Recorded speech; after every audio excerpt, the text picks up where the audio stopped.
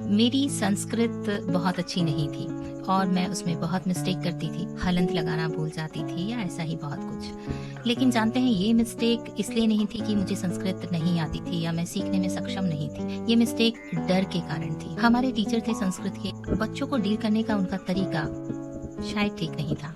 उन्होंने एक दिन मुझसे कहा, अपनी डायरी लेके आओ। मैं अपनी डायरी लेके उनके पास पहुंची। उन्होंने कहा, इस डायरी में लिखो, मैं कभी भी संस्कृत में पास नहीं हो सकती। और मारे डर के मैंने वो लिख भी डाला। डायरी पे लिखे कुछ शब्द मस्तिष्क में और मेरे मन पर लिखा गए कि मैं तो संस्कृत में पास ही नहीं हो सकती, because this is certified by my teacher. जानते हैं उन्होंने क्या किया? उन्होंने कुछ विषैले बीजों को मेरे मन में रोप दिया। यानी कि मैंने खुद ही अपने आप को एक बाउंड्री में बांध लिया। और सच मानिए, उस जेल से निकलने के लिए मुझे बहुत मेहनत करनी पड़ी। मेहनत पास होने के लिए नहीं, मेहनत उस डर को पार करने के लिए कि सर ने तो कहा है कि मैं नहीं कर पाऊंगी, क्या मैं कर पाऊंगी?